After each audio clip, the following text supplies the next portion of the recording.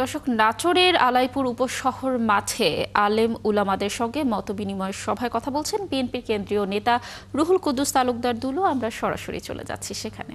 আপনাদের ইমাম সাহেবদের সঙ্গে আমি খাবো দুটো মানে খাবার প্রস্তুত করেছে আমার অত্যন্ত স্নেহের দেওয়ান শাহিন সহ আমার তার সহকর্মী, আমার উপস্থিত সালাম দিয়েছি কি উপস্থিত আমার ইমাম সাহেবরা, মাওলানা সাহেবরা, আসসালামু আলাইকুম।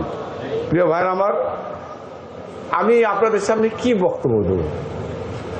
আমি তো আপনারা আমাকে শিখিয়েছেন, আপনারা আমাকে কথা বলতে শিখিয়েছেন।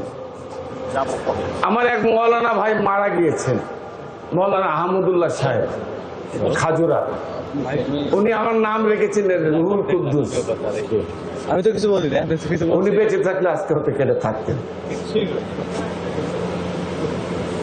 আলী আসগর স্যার আমাদের মসজিদের ইমাম, আমার শিক্ষক, উনিও মারা গেছেন। উনি আমাকে নামাজ শিখিয়েছেন। প্রিয় ভাই আমার, আমি একজন মুসলমান হিসাবে আপনাদের দোয়া, আপনাদের সহযোগিতায় আল্লাহ আমাকে এমপি করেছে।